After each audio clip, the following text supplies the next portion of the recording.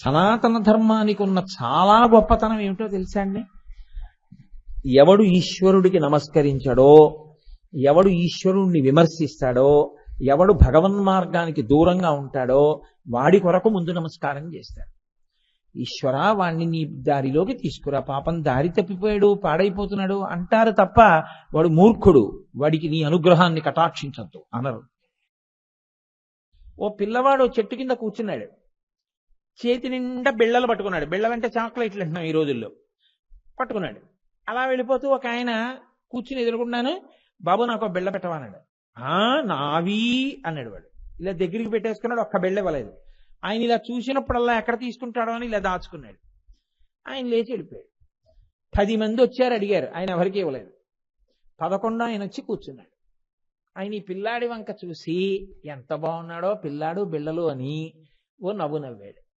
ఏమీ అనలేదు. ఆ పిల్లాడు ధైర్యంగా ఇలా చేతిలో పెట్టుకున్నాడు. తిను నాన్న, తిను, బిళ్ళలు తిను చక్కగాను అన్నాడు.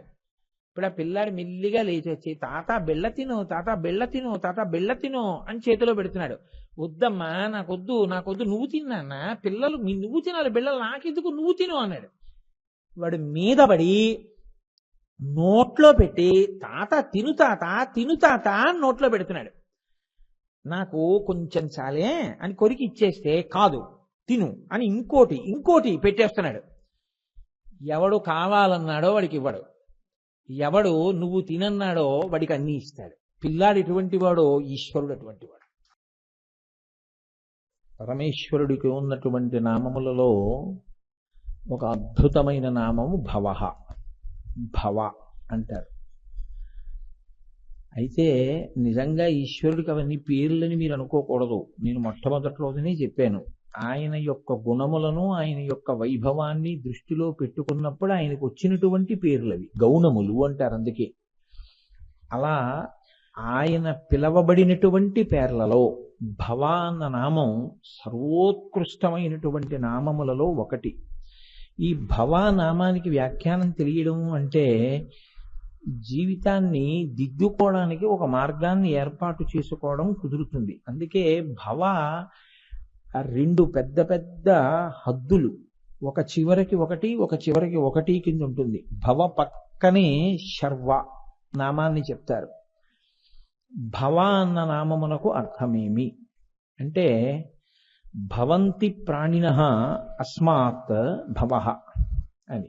భవంతి ప్రాణినః, సమస్త ప్రాణులు, ఒక్క మనుష్యులే కాదు, ప్రాణముండి తిరిగేటటువంటి సమస్త ప్రాణులు, ఒకవేళ కదలలేకపోయినా ప్రాణమున్నవి అన్నవి ఏవున్నాయో అవన్నీ ఎవరిలోంచి పుడుతున్నాయో ఆయనని భవ అని పిలుస్తారు.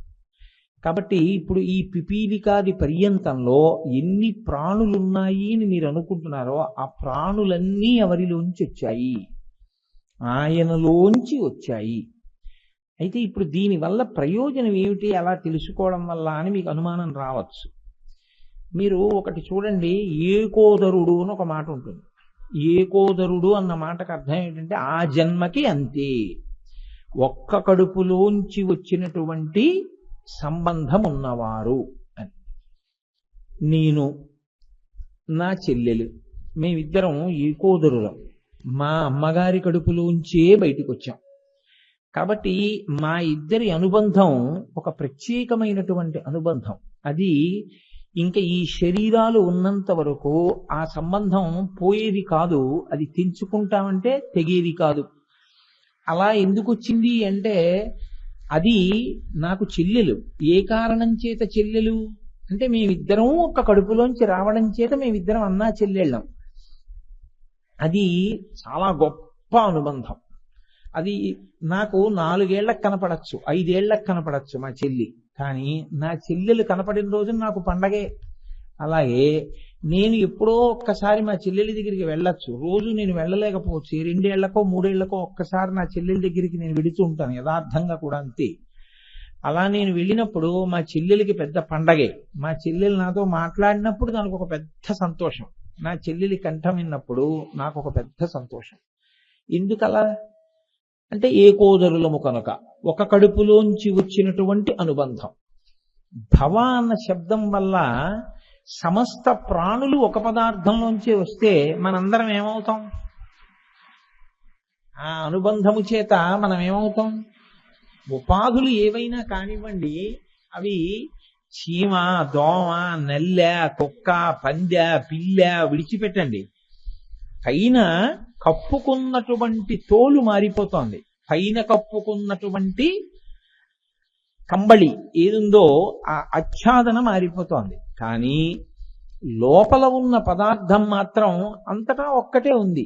కాబట్టి యథార్థమునకు మీరు ఆ భావనతో చూశారనుకోండి, మీరు పూజ గదిలోకి వెళ్ళి కట్టుకోవలసినటువంటి మడిబట్ట పెట్టుకునేటటువంటి స్థానం దగ్గర ఒక చీమల బారు పట్టింది అనుకోండి, మీరు చూసుకోకుండా పంచె తీసి కట్టుకోవడం వల్ల ఆ చీమలన్నీ మిమ్మల్ని కరిచేసాయి అనుకోండి. మీరు కళ్ళజోడు పెట్టుకుని ఏమిటో ఇన్ని చీమలు కుట్టేస్తున్నాయని చెప్పి చూస్తే అక్కడ ఒక చీమల బారు, ఓ చీమల పుట్ట పెట్టింది అనుకోండి. వెంటనే మనం ఏం చేస్తామంటే ఆ కోపంతో వాటిని అన్నింటినీ కూడా ఏదో నలిపేయడము, చేయి పెట్టి రాసేయడము, ఏదో చేసేస్తే చచ్చిపోతాయి, పెద్ద విశేషం ఏం కాదు. కానీ మీకు భవానామం జ్ఞాపకానికి వచ్చింది అనుకోండి, ఇవి నేను అన్ని ఒక్క చోట నుంచే వచ్చాం, వాటి అల్లరి వాటిది, తెలిసి తెలియనితనం అలా అల్లరి చేస్తూ ఉంటాయి. ఏదో బాగా ఎడంగా పుట్టిన పిల్లలు అనుకోండి, బాగా ఎడం వరకు ఎందుకు, నాకన్నా పరిణతి నా చెల్లెలికి తక్కువేగా ఉంటుంది, నా అంత పరిణతి నా చెల్లెలికి ఉండదుగా, వయసులో పెద్దవాడిని కాబట్టి నాకే ఉంటుంది. అథవా ఒక్కొక్కసారి తెలివితేటల వల్ల చిన్నవాళ్ళకు ఉండొచ్చు. కానీ అల్లరి చేసినా నాకన్నా చిన్నది అని చెప్పి నేను సహిస్తాను, అంతేకాని వెంటనే దాన్ని నలిపేయడమో చంపేయడమో చేస్తానా? చంపను. మీకు ఈ భవ అన్న నామం జ్ఞాపకానికి వచ్చిందనుకోండి, మీరు గబుక్కుని చంపేయలేరు దీన్ని. అందరం ఒక్క కడుపులోంచి వచ్చాం, ఏదో పాపం దాని ప్రారంభం అలా తిరుగుతుంటుంది, ఏదో చిన్నది ఏదో కుడుతోంది, తెలియనితనం వచ్చిన గొడవ ఇదే, ఇలాగే లేనిపోని అల్లరి చేస్తుంది, దీనివల్ల నా పని పాడైపోతుంది. రేపు నాకు మనవరాలు పుడుతుందండి, రేపు నాకు మనవరాలు పుట్టి నేను సంధ్యావందనం చేసుకుంటున్నాను అనుకోండి, అది మెల్లిగా బుడి నడకలు నడుచుకుంటూ పూజ గదిలోకి వచ్చేసి నేను అక్కడ అర్ఘ్యం ఇచ్చి పెట్టుకున్న పాత్ర, అభిషేకం చేసుకుందాం అనుకున్న నీళ్లు వాటి దగ్గర కూర్చుని అందులో చేతులు పెట్టి ఆడుతుంది. నేనేమైనా కొడతానా? తెలియంతనం వాళ్ళ అమ్మని పిలిచి, చూడు ఇది ఎలా అల్లరి చేస్తుందో, నేను కళ్ళు మూసుకుని గాయత్రి చేసుకుంటున్నాను, ఇది లోపలికి వచ్చేసింది, ఎప్పుడు వచ్చేసిందో ఆ మన్నీళ్ళన్నీ కొట్టేసింది, ఆ పువ్వులన్నీ విసిరేసింది చూడు అని నేను దాన్ని పిలిచి దాన్ని బయటికి పంపించేస్తాను తప్ప దాన్ని వెంటనే ఏమైనా చాలా హింస ఏమైనా చేస్తానా? దాన్ని ఏం చెయ్యను. అదో ఐశ్వర్యం అనుకుంటానంతే కదా. అథవా వాళ్ళ అమ్మ కూడా ఏదో పనిలో ఉందనుకోండి, ఏం చేస్తాను, దాన్ని ఒళ్ళో కూర్చోబెట్టి గాయత్రి చేసుకోవాలి అంతే, అదో ఐశ్వర్యం అనుకుంటానంతే. బాల కూర్చుంది నా ఒళ్ళో అనుకుంటా కదండి. ఆ భావన ఇతర ప్రాణుల యందు ఏర్పడాలి అంటే మీకు ఆ ప్రేమ, ఆ ఏం చేస్తాం మరి, భరించాలి అల్లరి, అన్ని ఒకలా ఉండవుగా, ఈశ్వర సృష్టి, అందరం ఆ తండ్రి బిడ్డలమే, అలా అల్లరి చేస్తాను. ఇప్పుడు మీరు ఏం చేస్తారు చెప్పండి? ఓ కర్పూరం బిళ్ళోడు తీసి అది వెళ్ళే మార్గంలో ఒకసారి అడ్డం పెడతారు, ఆ వాసనకి ఇంకోవైపు పోతాయి, ఫోన్లో ఏటో పోయాయి కదా అని ఊరుకుంటారు తప్ప మీరు ఇంత చీమల మందు తీసుకొచ్చేసి వాటన్నింటి మీద గోళ్ల మీద చల్లేసి అవన్నీ నిస్తీజంగా పడిపోయి చచ్చిపోతే ఓ చాట్లోకి మీరు ఎత్తిలేరు.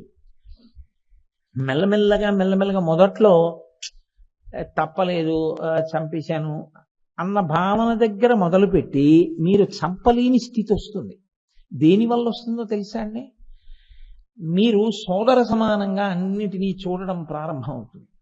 అప్పుడు మీకు తెలియకుండా మీరు ఏది అంగీకరించినట్టు? పార్వతీ పరమేశ్వరులు మీ తల్లిదండ్రులను అంగీకరించినట్టు కదా. ఆ భావన సుస్థిరమైంది మీకు. మీరు అనుషంగిక ప్రయోజనంతో మొదలుపెట్టి ప్రధాన ప్రయోజనాన్ని చేరుతున్నారు. వీటి మీదన్నిటి మీద మీకు ఎందుకు ప్రేమ? అరే మా అందరికీ అమ్మా నాన్నగారు వాళ్ళిద్దరే, వాళ్ళు దెబ్బలాడతారు. మళ్ళీని పూజ చేయడానికి వచ్చేసావు, తమ్ముడేమో అలా కొట్టేశావు, చెల్లెళ్ళని అలా కొట్టేశావు, చూడు వాళ్ళందరూ అలా ఏడుస్తున్నారు.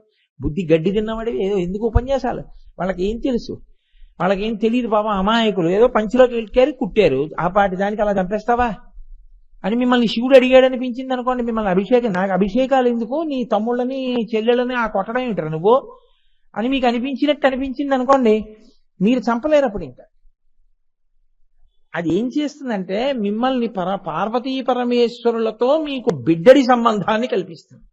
ఇది వాచికంగా చెప్తే వచ్చేది కాదు ఆ పద్యం. ఇది మీరు శివుడా విష్ణువా కాసేపు పక్కన పెట్టేయండి, ఎవరిని పట్టుకున్నా అంతే.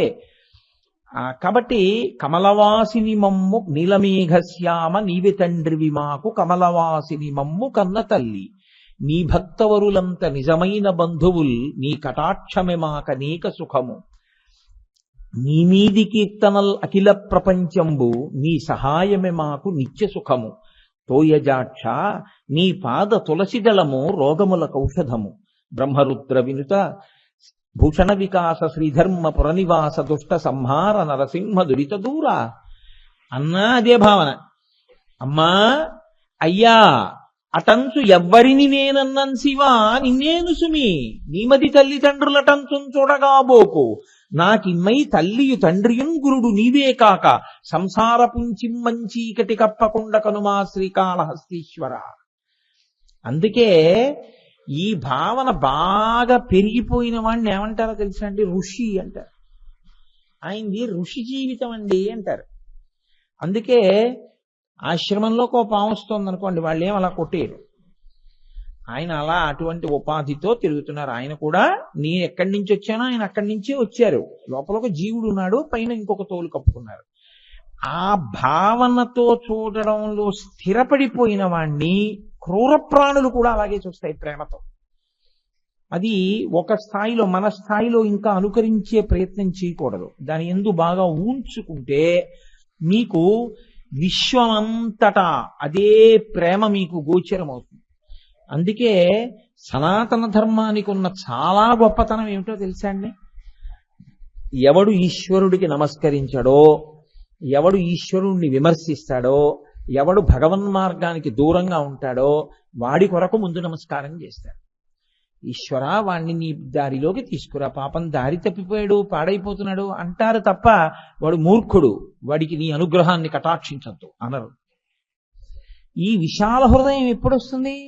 మీ అన్నదమ్ముల్లో ఒకడు చాలా అమాయకుడే ఏమీ చేసుకోలేకపోతుంటే అందరూ కలిసి వాడిని సాయం పట్టే ప్రయత్నం చేస్తారా? చేయరా? ఒకడు కొడుక్కి ఫీజు కడతాడు, ఒకడేమో మెల్లిగా నలుగురు ప్రతి నెల 400-500 వేసుకుని 2000 రూపాయల ఆర్డీ వేసి వాడికి ఎలాగో పట్టదు, అమాయకుడు ఏమీ చేసుకోలేడు పాప, ఆ పిల్ల మనమే పిల్ల పినమే కదా, చెయ్యాలి పెళ్లి, రేపు 20 ఏళ్ళు వచ్చేసిన తర్వాత అప్పుడు పట్టుకురమ్మంటే ఎక్కడ తెస్తాం డబ్బు, కాబట్టి అందరం తలకో 2000 కలిపి ఆర్డీ వేద్దాం పెద్దన్నయ్య పేరు మీద. ఆ పెళ్లి వయసు వచ్చిన తర్వాత సంబంధం కుదరగానే పెద్దన్నయ్య ఆర్డీ మెచ్యూర్ అవుతుంది, అది తీసి మనం చక్కగా పిల్లకి పెళ్లి చేసేద్దాం అని ఎందుకు ఎత్తుకుంటున్నారు మీ భుజానికి? మా అన్నయ్య కూతురని. ఇది సమస్త ప్రాణిజాతమునందు దయ ఉండడం వేరు. దయ వలన ఏమవుతుందో తెలుసా అండి? దానికి ఒక చెల్లెలు వస్తుంది, అహంకారం. దయకున్న పరిమితి అదే. దయ అన్న మాటని మీరు సరి అయిన కోణంలో కానీ వాడలేదనుకోండి, వాడకపోతే ఆయన పట్ల దయతో పోన్లే అని ఉపకారం చేశానండి అంటే ఆయన ఉపకారం పొందేవాడు, మీరు ఉపకారం చేసేవాడు. అప్పుడు ఏమవుతుందంటే మీరు చేసే ప్రతిదానికి మీరు కర్తృత్వం తీసుకుని నేను చెయ్యకపోతే వాడు ఏమైపోతాడు, కాబట్టి నేను చేశాను. అప్పుడు ఇది మీ అహంకారం పెరగడానికి కారణమై కూర్చుంటుంది. నేను చేయడం ఏమిటి? నేను చేయలేదు, ఈశ్వరుడు చేయించాడు. ఈశ్వరుడు చేయిస్తే నన్ను మధ్యలో ఓ ఉపకరణం కింద వాడుకున్నాడు ఆయన. ఈ భావన స్థిరపడింది అనుకోండి, మీకు అహంకారం కలిగేటటువంటి స్థితి మీకు ఉండదు. ఎప్పుడూ మనుష్యుడు ప్రవర్తన యందు ఏది చూసుకుంటూ ఉండాలంటే తనని తాను పరిశీలనలో ఈశ్వరుడికి దూరం జరిగిపోవడం లేదు కదా, ఇదొక్కటే చూసుకుంటూ ఉండాలి. దాని వలన మీరు ఎప్పుడూ ఈశ్వరుడి చేత రక్షింపబడుతూ ఉంటారు. ఇప్పుడు ఆయన బిడ్డల్ని, మా తమ్ముళ్ళు, మా అన్నయ్యలు, మా చెల్లెళ్ళు, మా అక్కలు, మీరు అలా అనుకుంటున్నారు అనుకోండి, అందరినీ ప్రతి ప్రాణి యందు మీరు అనుబంధం పెంచుకుంటుంటే ఇప్పుడు మిమ్మల్ని రక్షించవలసిన బాధ్యత ఎవరి మీద ఉంటుంది? ఆయన మీద ఉంటుంది. ఆయనే మిమ్మల్ని రక్షిస్తుంటాడు. ఇంకంతకన్నా ఏం కావాలి మీకు? మీకు 50 లక్షలు బ్యాంకులో ఉంటే ఏముంటుందో అంతకన్నా ఎక్కువ రక్షణ మీకు ఉంటుంది. మీకు ఎప్పుడు అవసరమో అప్పుడు ఈశ్వరుడు వచ్చి మీకు ఇస్తాడు. ఇంకేం కావాలి? ఆ స్థితి మీరు పొంది ఉండడానికి భవ అన్నీ ఆయనలోంచి వచ్చాయి. ఇప్పుడు ఇది ప్రేమతత్వంతో అన్నిటి యందు ఒకే రకమైనటువంటి దృష్టికోణం ఏర్పడడానికి హేతు అవుతుంది. నీ పాద కమల సేవయు నీ పాదార్చకులతోడి నెయ్యము, ఆయన పాదార్చకులతోడి నెయ్యము రానినాడు మీకు ఈ భావన ఎలా వస్తుందో అర్థం కాదు. నితాంతాపార భూతదయయు, ఉట్టి దయ కాదది. సమస్త భూతముల యందు సమస్త ప్రాణుల యందు ఎందుకు ఉండాలి? ఇది కారణం. మేమందరం అందులోంచి వచ్చాము. అయితే ఈ దయతో సరిపోతుందా? మీరు ఒక్కటి కొంచెం జాగ్రత్తగా ఆలోచించండి. నాకు మా అన్నయ్యలు కనపడుతున్నారు, మా తమ్ముళ్ళు కనపడుతున్నారు, మా అక్కయ్యలు కనపడుతున్నారు, మా చెల్లెళ్ళు కనపడుతున్నారు. మేమందరం కలిసి ఎవరి దగ్గరికి వెళ్ళాలి? సంవత్సరానికి ఒకసారైనా మా అమ్మగారిని నాన్నగారిని చూడాలా? వాళ్ళు లేరేమో అనుకోకండి, వాళ్ళు నిత్యులు, వాళ్ళు ఉన్నారు, వాళ్ళు ఎప్పుడు వెళ్ళిపోరు, వాళ్ళు ఉంటారు. మరి మా అమ్మగారిని నాన్నగారిని చూడాలి, వాళ్ళు కనపడటం లేదు. మీ అమ్మగారిని నాన్నగారిని చూడాలంటే మళ్ళీ మార్గం ఎలా వస్తుందో తెలుసండి? దీన్నే కింద నుంచి పైకెక్కాలి. ఇదే సంగీతం. సంగీతం ఎందుకు ఉపాసన అవుతుందంటే దాన్ని నాదోపాసన అంటారు. సరిగమ పద నిసానిదప మగరిస, ఆరోహణ అవరోహణ. అవరోహణ అంటే కిందకు వచ్చేసావు ఈశ్వరుడి నుంచి, పైకెక్కు, కలుస్తావు మళ్ళీ. అందుకే రెండు సాతోటే. అలాగే మీరు మీ తమ్ముళ్ళు అన్నయ్యలు అక్కాయలు చెల్లెళ్ళు అందరూ కనపడుతున్నారు. అసలు మా అమ్మా నాన్నగారేరి? వాళ్ళని చూడాలని మీకు తాపత్రయం పెరిగిందనుకోండి, కింద నుంచి మళ్ళీ పైకి రావాలి. అప్పుడు ఎలా రావాలో తెలుసా? చీమను చూసి నయితి, ఇది కాదు మా నాన్నగారు. దోమను చూసి నయితి, ఇది కాదు మా నాన్నగారు, ఇది కాదు మా నాన్నగారు. నయితి నయితి నయితి నయితి నయితి, ఇవన్నీ కలిపి ఎక్కడి నుంచి వచ్చాయి? అక్కడికి వెళ్ళు. ఆఖరికి ఇదే నయితి. ఆఖరికి శంకరులు అంటారు, నేను మనస్సు కాదు, బుద్ధి కాదు, వాక్కు కాదు, కర్మ కాదు. ఎవరు నేను? చిదానంద రూప శివోహం శివోహం. ఇక్కడే హృదయ కమలంలో కూర్చునున్నాడు. నీవారస్సూకవత్తన్వీ పీతాభాస్వత్యనూపమా, వేదం చెప్తోంది. ఇక్కడే ఉన్నాడయా. వంగిన కమలం చివర ప్రకాశించేటటువంటి నిప్పురవ్వంత వాడిక్కడే ఉన్నాడు. వాడిని వెతుకులాట మొదలు పెడితే వాడు ఏం చేస్తాడంటే, వాడిని చూడాలి చూడాలన్న కోరిక నీకు కలగగా వాడు బయట తిరగడం ఆపి లోపలికి వెళ్ళడం నేర్పుతాడు. ఇప్పుడు లోపలికి వెళ్ళడం అలవాటు. ఈ లోపలికి వెడితే ఇక్కడ దర్శనమిస్తాడు. ఇక్కడ ఎందుకు కూర్చుంటాడంటే, ఆయన నీ మనసు ముందు భక్తితో నిండి ఉంటే ఆయన ఆ భక్తి మకరందం తాగడానికి తుమ్మెదగా వస్తాడు.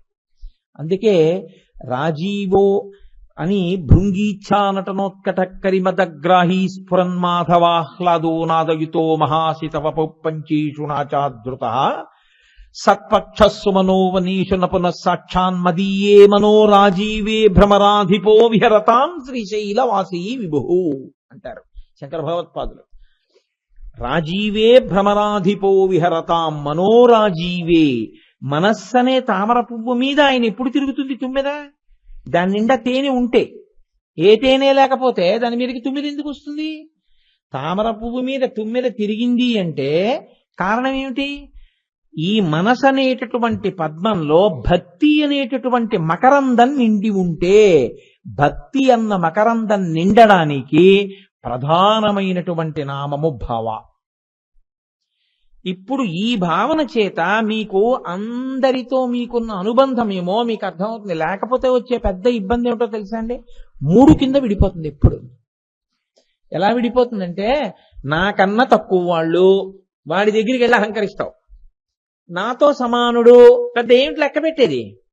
నాకన్నా అధికుడు అసూయ. ఇంకా నువ్వు ఎలా ప్రేమ చూపిస్తావు? చూపించలేవు. నీకన్నా తక్కువ వాడైనా, నీతో సమానుడైనా, నీకన్నా అధికుడైనా నువ్వు ఎప్పుడు ప్రేమిస్తావు? ఒక కడుపున పుట్టిన వాళ్ళైతే. ఇప్పుడు భవః అలరా భవంతి ప్రాణినః, మేమందరం ఆయనలోంచే వచ్చాం. ఇప్పుడు ఇది ఏమవుతుంది? వాడు నీ మాట వింటున్నాడా వింటలేదా పక్కన పెట్టు. ఇది ఈ భావన యొక్క పరాకాష్ఠ ఎక్కడికుంటుందంటే, రామకృష్ణ పరమహంసని వివేకానందుడు అడిగాడు, వాడు దేవుడు లేడు దేవుడు లేడు దేవుడు లేడు అంటున్నాడు, దేవుణ్ణి తిడుతున్నాడు, మూర్ఖుడు. వాడు కూడా ఈశ్వరుడే. ఆయన అన్నారు, కాకపోవడం ఏంటి, మూర్ఖనారాయణుడను, నారాయణుడు కాడనకం. కాబట్టి ఇందులో ఉన్నాడు ఇందులో లేడని ఉండదు. ఇందుగలడు అందులేడని సందేహము వలదు చక్రి సర్వోపగతుండు ఇందెందు వెదకి చూచినా. వెదకి చూచినా అంటే ఏదో విప్పి చూడమని కాదు. ఇక్కడ నీకు ఆ భావం కలిగితే వెందెందు వెదకి చూచిన అందందే కలడు దానవగ్రణి వింటే. ఈశ్వర దర్శనం మీకు ఎక్కడవుతుందండి? ఓ చిన్న చీమ మిమ్మల్ని కరుస్తోంది అనుకోండి, మీరు దాని వంకిలా చూసి ఆశనీయ సాధ్యం కూలా, ఇంత చిన్న తలకాయ, దానిలో మెదడా, నీ నోరు కనపడదా, ఇంత నోరా, నేనేం ఎక్కమన్నానా, ఎక్కావా, నీకు ఇక్కడికి వచ్చేటప్పటికి ఏదో కోపం వచ్చిందా, ఏదో ముడతబడిందో చెమట పట్టిందో, నీకేమైనా దుర్వాసన వచ్చిందో కోపం వచ్చిందా, కొరుకుతున్నావా, ఎన్ని రాగద్వేషాలే నీకు, ఎంత అల్లరే, ఉపాధి మారింది కానీ నాకేమున్నాయో నీకు అదే లేదు, ఎంత అల్లరి ఇవన్నీ. కానీ దీనికి కదలిక, దీని కాళ్ళు, దీని నడక, దీనికి ఇష్టం, దీనికి అయిష్టం, ఇది కరవడం, ఇది భయపడడం, ఇలా అంటే గబగబా పరిగెడుతుంది. భయం, బతకాలని కోరిక. ఏం ఆశ్చర్యం ఈశ్వరా, ఇందులో కూడా ఉండి కదుపుతున్నావా అని మీరు చూడగలిగారనుకోండి, మీరు ఈశ్వరుణ్ణి చూడడానికి ఏం కావాలండి మీకు? ఇంకా ఎక్కడికి వెళ్ళాలి నాకు చెప్పండి? ఎక్కడికి ఎక్కుతారు? ఏమి ఎక్కి తిరుగుతారు మీరు? నిరంతరం మీకు కనపడుతూనే ఉంటాడు ఆయన. ఇది ఈశ్వర ప్రజ్ఞ. ఒక మహాపురుషుడు అన్నాడు వ్యాఖ్యానం చేస్తూ, ఏమయ్యా, ఓ గీత గీసి నీళ్లు పెట్టి కడిగితే ఆ గీత పోతుంది కదా. నేను పెన్సిల్ ఒక ఆ ముగ్గు పెట్టారండి, దాని మీద నీళ్లు పోసి కడిగాను, ఉంటుందా? ఉండదు, పోతుంది. ఈశ్వరుడు ఈ గీతలు గీశాడు, ఎన్ని మాటలు సబ్బులెట్టి తోమని, ఎన్ని మాటలు కడిగాను, పోయే ఈ గీతలు. ఈశ్వర, ఎన్ని మాటలు కడిగినా పోని ఈ గీతలు గీసిన గీతల్లో నువ్వు నాకు కనపడుతున్నావు అన్నాడు. చాలదా? అది భావుకత, అది దర్శనమునందు అనురక్తి. కాబట్టి ఇప్పుడు భవః, మీరు ముందు నుంచి వెనక్కి కదలచ్చు, వెనక నుంచి ముందుకు కదలచ్చు. మీ ఓర్మి అంతటికి కారణం ఏదై ఉంటుందో తెలుసా అండి? ఈ నామం మీకు ఎంత పట్టిస్తోందో మీరు అంత ఓర్పుతో ఉంటారు. ఈ నామం మీకు ఎంత పట్టిస్తుందో మీ దగ్గరికి అంతమంది వస్తారు. ఎందుకో తెలుసా అండి? లోకంలో ఒక్కటే. చాలా మంది ఒక ఆయన దగ్గరికి ఎందుకు ఎడతారంటే, చాలా మందిని ఆయన తన వాక్కులతో ఓదారుస్తాడు, మార్గం చెప్తుంటాడు.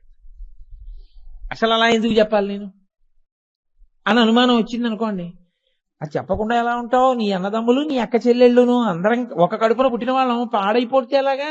అందరం మళ్ళీ నాన్నగారు బాధపడరు, ఒరే వాడు ఎలా పాడైపోతుంటే నువ్వు చూస్తూ ఊరుకున్నావుట్రా, సమర్థుడు అయ్యుండే అందరూ నాన్నగారు అన్ననాడు నువ్వు ఎవరు పాడైపోవడాన్ని చూస్తూ నువ్వు ఊరుకోలేవు. ఈ సుసంపన్నమైన హృదయము అంటారు. ఆ సుసంపన్నమైన స్థితి ఎప్పుడు కలుగుతుందో తెలుసా అండి? భవ అన్న నామంతో మీరు ఎంత అనుబంధం పెట్టుకుంటున్నారో మీరు ప్రపంచమునకు అంత ఉపయుక్తమైన వ్యక్తిగా మారుతారు. భారతదేశానికి ఇంత ఖ్యాతి దేనివల్ల తెలుసా అండి? భారతదేశంలో కట్టినటువంటి ఆనకట్టలు, భారతదేశంలో ఉన్నటువంటి ఐశ్వర్యము వీటి వల్ల కాదు, భారతదేశంలో ఉండే ప్రజల యొక్క గుణ సంపద వల్ల. ఇంత గుణ సంపదకి ఆధారమైనటువంటి మన ఋషిప్రోక్తమైన వాంగ్మయం వల్ల వాళ్ళు ఒక్క పేరు తలుచుకోరా అంటే ఇంత ఓర్పునిస్తారు. ఒక్కడు ఓర్పు కలిగిన వాడు ఉన్నాడు అనుకోండి, వాడు చాలు ఉద్ధరించడానికి. అసలు ముందా ఓర్పు లేకపోతే వాడు ఎవరికి ఏం చేస్తాడు? ఏమీ చేయలేడు. కాబట్టి ఇన్నిటినీ సమకూర్చగలిగినటువంటి అద్భుతమైన నామము భవః కాదు. ఈ నామానికే వ్యాఖ్యానంగా రెండో విశేషం ఏం చెప్తారో తెలుసా అండి? భవత్యసౌ సర్వత్ర సర్వదా ఇది భవః. భవత్యసౌ సర్వత్ర సర్వదా. సర్వత్ర అంటే దేశము, సర్వదా కాలము. భవత్యసౌ ఉన్నది, అంతటా. ఎంతటా? నువ్వు ఏమంటున్నావో వాటంతటా. ఈ భూమి అంటావా? భూమి అంతా ఆయన ఉన్నాడు. ఆకాశం అంటావా? ఆకాశం అంతా ఆయన ఉన్నాడు. నిప్పు అంటావా? అగ్ని అంతటా ఆయన ఉన్నాడు. నీరంటావా, నీరంతటా ఆయన ఉన్నాడు. నీలో అంటావా, ఆయనే ఉన్నాడు. నీ ఎదురుగుండా వాళ్ళలో అంటావా, ఆయనే ఉన్నాడు. ఆయన లేనిది లేదు, ఆయన ఉన్నది మాత్రమే ఉన్నది. ఇప్పుడు శ్మశానం అమంగళం ఎందుకైందో నాకు చెప్పండి. అది శివతత్వం అంటే. ఉంటే ఒక్క పవిత్రమైందే ఉందనండి, లేకపోతే ఒక్క అపవిత్రమైందే ఉందనండి. శ్మశానం అంటే ప్రాణులు చనిపోయేటటువంటి ప్రదేశము శ్మశానము అని మీరంటే శవాలుండే ప్రదేశం. నేనంట ఈ భూమండలం అంతా శ్మశానమే అంట. నేను ఇప్పుడు మాట్లాడుతుంటే ఈ శబ్ద ప్రకంపనలకి కొన్ని జీవులు కింద పడిపోతాయి, ఈ పెద్ద ధ్వనికి పడిపోతాయి అవి. ఇప్పుడు ఆ పైనుంచి వస్తున్నటువంటి కదలికలకి కొన్ని కింద పడి మరణిస్తాయి. అలాగే చనిపోయే వాళ్ళందరూ శ్మశానానికి వెళ్ళి చనిపోరుగా. ఇంట్లో చచ్చిపోతున్నారు, రోడ్డు మీద చచ్చిపోతున్నారు, హాస్పిటల్లో చచ్చిపోతున్నారు, గుళ్ళో చచ్చిపోతున్నారు, ఎక్కడ పడితే అక్కడే చచ్చిపోతున్నారు. మనుష్యులేమో ప్రాణులు పోవట్లా ప్రతి చోట. ప్రాణులు పోయి ప్రాణులు లయమైపోతున్నాయి. మనుష్యులంటే అక్కడికి తీసుకెళ్తున్నాం, మిగిలినవన్నీ ఎక్కడ లయమవుతున్నాయి? బయటే లయమవుతున్నాయి. కాబట్టి లయం ఎక్కడెక్కడ జరుగుతోందో అక్కడక్కడ శివుడు ఉన్నాడు. కాబట్టి ఈ ప్రపంచమంతా శ్మశానమే. నువ్వు బతకడానికి శ్మశానం తప్ప ఇంకోట్లేదు. ఈశ్వరుడు శ్మశానవాసి అంటావే. ఈశ్వరుడు శ్మశానవాసి అయితే ఆయన లేని చోట నువ్వు బతుకు నేను చూస్తాను. నీ ప్రాణం పోయిన తర్వాత ఆయన ఉన్న చోటుకే తీసుకెళ్లి నిన్ను కాల్చాలి. నీకు ఆయన ఒక్కడే దిక్కు. ఆయన్ని విమర్శిస్తావు ఎందుకు? ముందు నీ బతుకు దిద్దుకోవడం నువ్వు నేర్చుకోవాలి తప్ప నీకున్న రాగద్వేషాలు పరమేశ్వరుడు ఎందుకు కూడా ప్రవేశపెట్టి మాట్లాడడం ఎందుకు? కాబట్టి ఈ భూమండలమే మహాశ్మశానం. ఆ మాటకు వస్తే అసలు పంచభూతములలోకి పిండాండములు బ్రహ్మాండంలో లయం కాని ప్రదేశమేం లేదు. అది ఈశ్వరుడు శ్మశానవాసి అంటే. ఊపిరి అయిపోవాలని ఆయన నిర్ణయం చేస్తే ఎక్కడున్నా లయం అయిపోతాడు. ఎక్కడుండనివ్వండి లయం అయిపోతాడు అంతే. పాలు తాగుతున్నవాడు తాగుతూ లయం అయిపోతాడు. బ్రహ్మాండంలోకి పిండాండం కలవడం అంటే ఎక్కడుంటుందండి? అందుకే మృత్యువుకి స్థానం ఏదని చెప్పిందో తెలుసా శాస్త్రం? ముక్కు చివర ఉంటుంది మృత్యువు అని చెప్పింది. ఊపిరి తీశాడు, వదిలిపెట్టలేదు, ఏమైపోయినట్టు? చనిపోయాడు. ఊపిరి వదిలాడు, లోపలికి తీయలేదు, ఏమైనట్టు? చనిపోయినట్టు. కాబట్టి మృత్యువంత సన్నిహితంగా నీ భార్య ఉందా, బిడ్డలున్నారా? ఎవ్వరూ లేరు. అసలు నువ్వు పడుకున్నా, నువ్వు లేచినా, నువ్వు తిరుగుతున్నా, నువ్వు కూర్చున్నా నీకు అత్యంత సన్నిహితంగా ఉన్నది ఏది అంటే నీ మృత్యువే. అదే ఉంది నీ ముక్కు చివర. ఉన్నప్పుడు అది ఎప్పుడైనా గ్రసించేస్తుంది. గ్రహించేసినప్పుడు ఇక్కడ పడిపోతాం అక్కడ పడిపోతాం అని ఉంది. ఎక్కడైనా ఎప్పుడైనా పడిపోతాడు. కాబట్టి అంతటా శ్మశానమే. ఎన్ని ప్రాణులు పడిపోతున్నాయో అలాగా, ఎన్ని లయమైపోతున్నాయో పిండాండాల బ్రహ్మాండంలోకి. ఏంటి, నేను ముందు పుట్టానా, నా ఊపిరి ముందు పుట్టిందా? ఇద్దరం కలిసే పుట్టాం. నేను ముందే వెళ్ళిపోతానా, నా ఊపిరి ముందు వెళ్ళిపోతుందా? ఇద్దరం కలిసే వెళ్ళిపోతాం కదండి. నేను నా ఊపిరి అభేదం. కాసేపు ఊపిరాపి కోటేశ్వరారు ఇతర పనులు చేసుకుంటా అట్లా అని ఉంటుంది ఏంటి? అలా ఏం ఉండదు. నేను నా ఊపిరి ఎప్పుడూ కలిసే ఉన్నట్టు, నా ఊపిరికి నాకు భేదం లేనట్టు ఈశ్వరునకు వేదమునకు భేదము లేదు. అందుకే చాలా గొప్ప మాట ఏం చెప్తారో తెలుసా అండి? పరమేశ్వరుని యొక్క రూపములన్నీ గంగానది ప్రవహిస్తున్నప్పుడు ఉన్న స్నానఘట్టములు. ఏ స్నానఘట్టం గొప్పది నాకు చెప్పండి. ఈ స్నానఘట్టం గొప్పది, ఈ స్నానఘట్టం కన్నా ఆ స్నానఘట్టం తక్కువ అని మీరు చెప్పగలరా? మీరు ఏ స్నానఘట్టంలో దిగి స్నానం చేసినా గంగలో స్నానానికి. గంగ వేదం, స్నానఘట్టాలు ఈశ్వర స్వరూపాలు. ఓ దాని దగ్గర లైట్లు ఎక్కువ ఉంటాయి, ఓ దాని దగ్గర లైట్లు తక్కువ ఉంటాయి. ఓ దాని దగ్గర నాచు ఎక్కువ ఉంటుంది, ఓ దాని దగ్గర నాచు తక్కువ ఉంటుంది. ఓ దాని దగ్గర సౌకర్యాలు ఎక్కువ ఉన్నాయి, ఓ దాని దగ్గర సౌకర్యాలు తక్కువ ఉన్నాయి. కానీ సౌకర్యాలు తక్కువ ఉన్నాయన్న చోటకి అమ్మయ్య ప్రశాంతంగా ఉంటుందని వెళ్ళి స్నానం చేసిన వాడికి గంగా స్నాన ఫలితం రాదని మీరు అనుకుంటున్నారా? ఎక్కువ సౌకర్యాలు ఉన్న చోట స్నానం చేస్తేనే గంగా స్నానం అనే నియమమా? ఏం లేదుగా. అన్ని ఘట్టములు స్నానం చేయడానికి అనువైనవే.